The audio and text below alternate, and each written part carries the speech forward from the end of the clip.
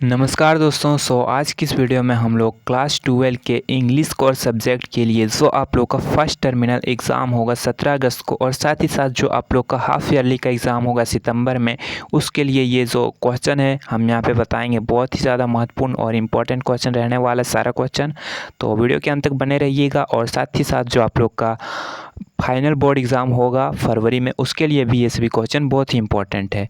तो चलिए हम लोग यहाँ पे क्वेश्चन की शुरुआत करते हैं, और ऐसे इंपॉर्टेंट क्वेश्चन के लिए चैनल को सब्सक्राइब भी ज़रूर कर लीजिएगा और वीडियो को लाइक भी कर दीजिएगा। तो चलिए हम लोग यहाँ पे फर्स्ट क्वेश्चन के साथ शुरुआत करते हैं।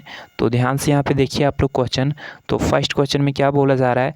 फर्स्ट क्वेश्चन में बोला जा रहा है, why was French afraid to go to school in the last lesson. यानी लास्ट लेसन चैप्टर में फ्रेंच स्कूल जाने से क्यों डरता है? तो ऑप्शन ए में है he had not completed his homework, क्योंकि वो अपने होमवर्क को कंप्लीट नहीं किया था इसलिए। या फिर ऑप्शन बी में है he was late for school, क्योंकि वो स्कूल के लिए लेट हो चुका था इसलिए डर रहा था। या फिर ऑप्शन सी में है he had not learned the rules of participles, यानी कि वो जो पार्टिसिपल्स के रूल को याद नहीं किया था, तो इसलिए ऑप्शन नंबर सी इसका राइट आंसर हो जाएगा, क्योंकि वो पार्टिसिपल्स के रूल को याद नहीं किया था इसलिए स्कूल जाने से डर रहा था। तो option number C right answer होगा। आगे हम लोग यहाँ पे देखते हैं क्वेश्चन नंबर 2। क्वेश्चन नंबर 2 में यहाँ पे बोला जा रहा है, who was Saheb e Alam in lost spring. Saheb e Alam कौन है लॉस्ट स्प्रिंग चैप्टर में? तो जो साहिब ई आलम है वो एक रैग पिकर है। रैग पिकर यानी कि कूड़ा चुनने वाला, जो कि कूड़ा चुनता है। और साथ ही वो क्या करता है, तो वो चप्पल भी नहीं पहनता है। और जब उससे मैडम पूछती है कि एक मैडम जो रहती है उससे पूछती है चप्पल क्यों नहीं पहना है, तो वो बोलता है ये ट्रेडिशन है हम लोग का, इसलिए हम लोग चप्पल नहीं पहनते हैं। और वो मैडम उससे वादा भी करती है कि तुम्हारे लिए स्कूल हम बनवा देंगे। पर साहिब आलम को पता रहता है कि ये लोग बस वादा ही करना जानते हैं और कुछ नहीं करेंगे। और जब मैडम उससे दोबारा मिलता है तो उससे मैडम से पूछता भी है क्या हमारे लिए स्कूल बन गया है। तो यही इस चैप्टर से यहाँ पे कुछ क्वेश्चन बनता है। और नेक्स्ट यहाँ पे क्वेश्चन नंबर 3। तो क्वेश्चन नंबर 3 में बोला जा रहा है, What does the poet's mother look like in Mothers at 66? यानी मदर एट 66 चैप्टर में पोएट की यानी पोएट की मम्मी, पोएट की मम्मी कैसे दिखती है? तो इसका राइट आंसर होगा pale and lifeless, option number B right answer. Next यहाँ पे क्वेश्चन नंबर 4 है, what was Charlie searching for in the third level. यानी कि चार्ली क्या सर्च करता है थर्ड लेवल में? तो चार्ली सर्च करता है a peaceful world, option number C right answer. एक शांत दुनिया के तलाश में वो जाता है थर्ड लेवल। नेक्स्ट क्वेश्चन यहाँ पे question number 5, what was Douglas man fear in deep water. यानी डॉगलस का man fear deep water chapter में क्या था? तो उसका मैन फियर था वाटर, और वह इस फियर को कैसे ओवरकम करता है? तो एक प्रोफेशनल स्विमर इंस्ट्रक्टर को हायर करता है और उसके सहारे अपने डर को ख़त्म कर देता है। नेक्स्ट क्वेश्चन यहाँ पे question number 6, why did the peddler think that the world was a rat trap. यानी कि पैडलर को ऐसा क्यों लगता है कि दुनिया एक चूहेदान के समान है, जैसे कि चूहे को कुछ लालच दिया जाता है और वो उसके अंदर जाके फंस जाता है। तो इसका राइट आंसर होगा option number B, it offered temptations that trapped people. यानी कि ये जो है चूहेदानी के समान, क्योंकि यह लोगों को लालच देता है और लोग उसके अंदर जाके फंस जाते हैं। तो ऑप्शन नंबर बी इसका राइट आंसर होगा। नेक्स्ट यहाँ पे question number 7, what does the poet ask everyone to do in keeping quiet. यानी कि कीपिंग क्वाइट चैप्टर में लेखक सभी को क्या कहने को कहते हैं, क्या करने को? तो वो कहते हैं रिमेन साइलेंट एंड इंट्रोस्पेक्ट, यानी कि चुप और शांत रहने को कहते हैं। और वो काउंट करते हैं 1 से 12 तक और कहते हैं सभी लोग चुप रहो। नेक्स्ट क्वेश्चन यहाँ पे question number 8, what was Gandhi's main purpose in going to Champaran in Indigo. यानी कि गांधी जी का मेन पर्पस क्यों था चंपारण जाने का? तो उनका मेन पर्पस था to help the poor peasants, यानी गरीब किसानों की मदद करने का, क्योंकि वहाँ पे ब्रिटिश लैंडलॉर्ड्स जो थे वो गरीब किसानों से जबरन इंडिगो उगवाते थे, ग्रो करवाते थे। और जो था गांधी जी वहाँ पे गए थे इन्वेस्टिगेट करने गए थे और एविडेंस वहाँ पे इकट्ठा करते हैं और उन गरीब किसानों के लिए आवाज़ उठाते हैं और गरीब किसान को भी यह देखकर कॉन्फिडेंस आता है और बाद में जो रहता है ब्रिटिश लैंडलॉर्ड वो उनके इससे मतलब कि सहमत हो जाता है और वहाँ पे फिर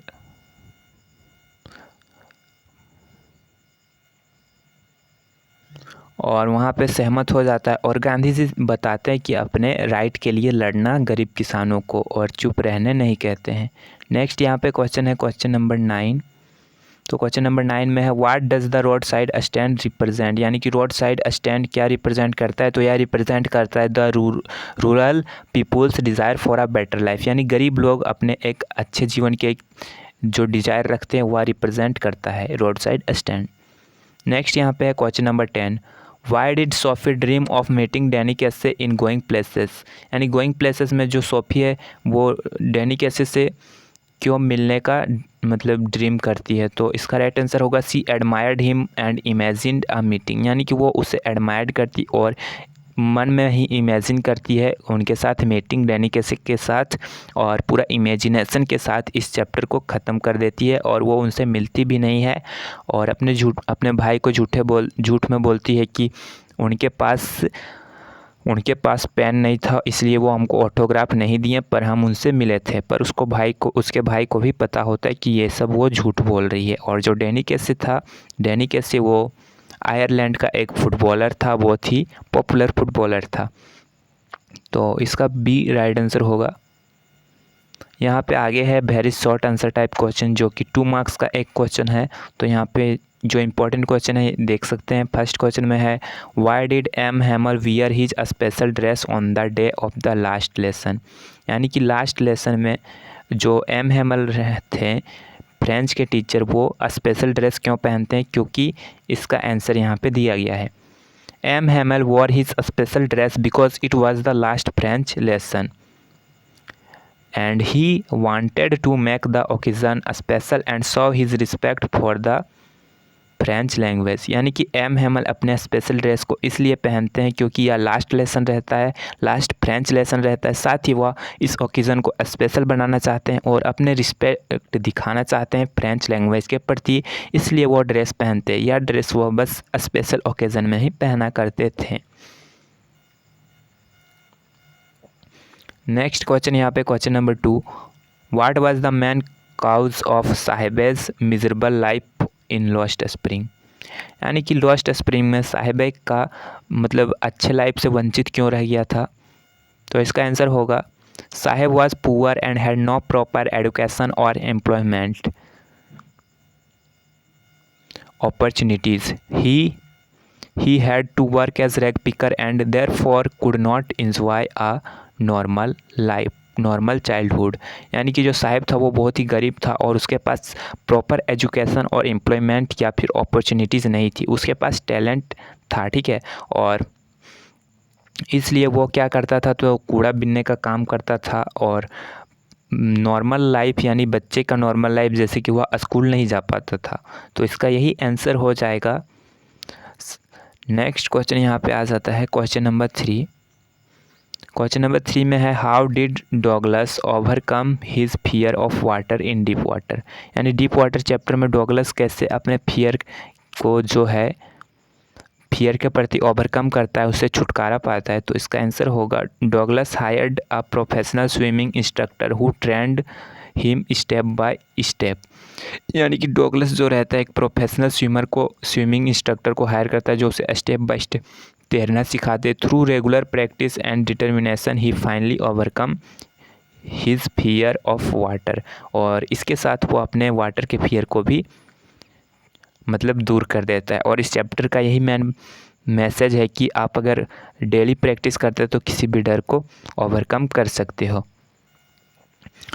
नेक्स्ट क्वेश्चन यहाँ पे है question number 4 why did the peddler finally return the money in the red trap, यानी कि जो पेडलर रहता है वो अपने मनी को फाइनली रिटर्न क्यों कर देता है। तो इसका आंसर होगा Edla treated the peddler with kindness and respect, her goodness changed his heart, so he return the stolen money and left a note for her, यानी कि जो एडला रहती है उसे पता चल जाता है कि उसने पैसे चुराए हैं, पर वो उसे कुछ भी नहीं कहती है। एडला जो रहती है वो पेडलर को कुछ भी नहीं कहती, और यह काइंडनेस जो रहता है वो पेडलर के हार्ट को टच करता है और उसके हार्ट को चेंज कर देता है। सो इसलिए वो अपने चुराए मनी को वहीं पे छोड़ देता है और एक नोट छोड़ के जाता है एडला के लिए। नेक्स्ट यहाँ पे क्वेश्चन है, question number 5, what is the central message of keeping quiet, यानी कीपिंग क्वाइट का सेंट्रल मैसेज क्या है। तो इसका आंसर होगा the poem gives the message of peace and self introspection. The poet wants people to pause their harmful activities and understand themselves and others, यानी कि जो लेखक है वो चाहते हैं कि सभी लोग शांत रहें, सेल्फ इंट्रोस्पेक्शंस रहें, है ना। और पोएट पीपल से कहते हैं कि हार्मफुल एक्टिविटीज़ को रोके, जैसे वार हो गया और भी बहुत चीज़ें, हार्मफुल एक्टिविटीज़ को रोकना और अपने को समझे और दूसरे को भी समझे। यहाँ पे आ जाता है लॉन्ग आंसर टाइप क्वेश्चन, जो कि 5 मार्क्स का एक क्वेश्चन है। तो यहाँ पे फर्स्ट क्वेश्चन है, describe Gandhi's role in helping the peasants of Champaran in Indigo, यानी कि गांधी जी का रोल यहाँ पे बताने के लिए कह रहा है कि कैसे वो गरीब किसानों की मदद करते हैं चंपारण में।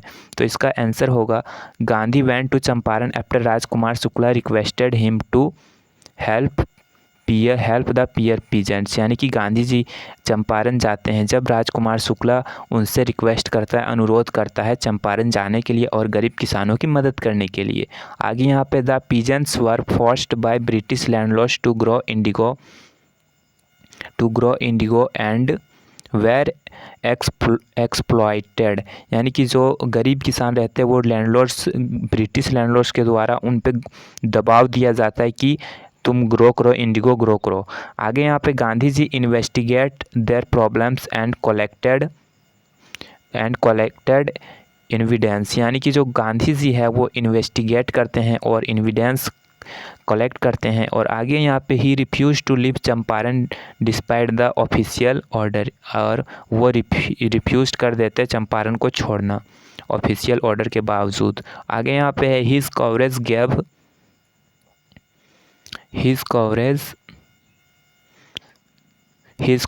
Gave confidence to the peasants, यानी कि उनके जो यह कवरेज रहता है वो कॉन्फिडेंस देता है गरीब किसानों को। और finally the landlords agreed to the refund part of the money taken from them, यानी कि जो ब्रिटिश लैंडलॉर्ड रहता है वो फाइनली जो मनी लेते हैं उनसे वो लेने के लिए मना कर देता है कि अब से नहीं लेंगे। आगे यहाँ पे Gandhi taught the peasants to be fearless and fight for the rights, यानी कि गांधी जी रहते हैं वो गरीब किसानों को समझाते हैं कि बिना डर के रहो और अपने राइट के लिए, अपने सही चीज़ों के लिए लड़ना सीखो। आगे यहाँ पे question number 2, how does the enemy saw that the humanity is greater then the hatred and वार, यानी कि जो एनिमी चैप्टर है उसमें क्या दिखाता है कि the enemy saw that humanity is greater then the hatred and वार। ये जो क्वेश्चन है ये डॉक्टर सदाव के चैप्टर वाला है, तो इसका राइट आंसर यहीं पे दिया गया है। तो यहाँ पे ये भी हो सकता है क्या मानवीयता अधिक ऊपर है नेशनैलिटी के साथ, यानी कि, तो इसका आंसर होगा the enemy saw that humanity is greater than national hatred and war hatred. आगे यहाँ पे है doctor Sadao was a Japanese doctor while the wounded man was a American soldier, यानी कि जो वो सैनिक था वो एक अमेरिकन सोल्जर था और डॉक्टर सदाव जो थे वो एक जापानीज डॉक्टर थे। और उस समय जापान और अमेरिका के बीच वार हो रहा था, और जब डॉक्टर सदाव को वह घायल व्यक्ति दिखता है तो वह उसका मदद करते हैं, बल्कि उसे पकड़ के पुलिस को नहीं देते हैं। तो यही यहाँ पे दिखाया जा रहा है, जो मानवीयता है वो नेशनलिटी और हैट्रेड से ऊपर यहाँ पे दिखाया गया है। आगे यहाँ पे अल्थॉफ हेल्पिंग हिम वाज डेंजरस, जबकि पता था कि उन्हें मदद करना गलत है, और जब इन्हें देखते हैं मदद करते हुए तो नौकर भी उन्हें छोड़कर भाग जाता है, डॉक्टर सदाव के नौकर। आगे यहाँ पे है Sadao could not allow a wounded person to die, यानी कि जो सदाव है वह एक अच्छे इंसान को जो कि अपने देश के लिए लड़ता है उसे मरने देना नहीं चाहते हैं। He operated on him and saved his life, यानी कि वो अच्छे से उनका जो इलाज करता है और उन्हें बचा लेता है। हाना आल्सो सपोर्टेड हिम, यानी कि हाना जो कि डॉक्टर सदाव की वाइफ रहती है वो भी उनकी मदद करती है। आगे यहाँ पे their actions so that compassions and humanity are more important than the nationality, यानी कि देन वार एंड नेशनलिटी, यानी कि यही दिखाता है कि जो उनका यह कॉम्पिटिशन था कि मानवीयता जो है वो नेशनलिटी से ऊपर है, और यही इस चैप्टर में बताया गया है। तो यही इसका आंसर है। तो ये सभी इम्पोर्टेंट क्वेश्चन थे जो कि बहुत ही ज़्यादा इम्पोर्टेंट है, बोर्ड एग्ज़ाम के लिए भी बहुत ही ज़्यादा इम्पोर्टेंट है। तो यहाँ पे कुछ चीज़ें आप लोगों को याद रखना है, जैसे साहिब आलम कौन था, तो साहिब आलम रैग पिकर था। और माय मदर एट 66 के लेखक कौन थी, तो कमला दास थी। और कीपिंग क्वाइट का मेन पर्पस क्या था, तो लोगों को शांत रहना और मतलब कि वार जैसे हार्मफुल एक्टिविटीज़ से बच के रहना और शांत रहना। तो ये सभी क्वेश्चन आप लोग याद रखिएगा और मिलते हैं नए वीडियो के साथ फिर।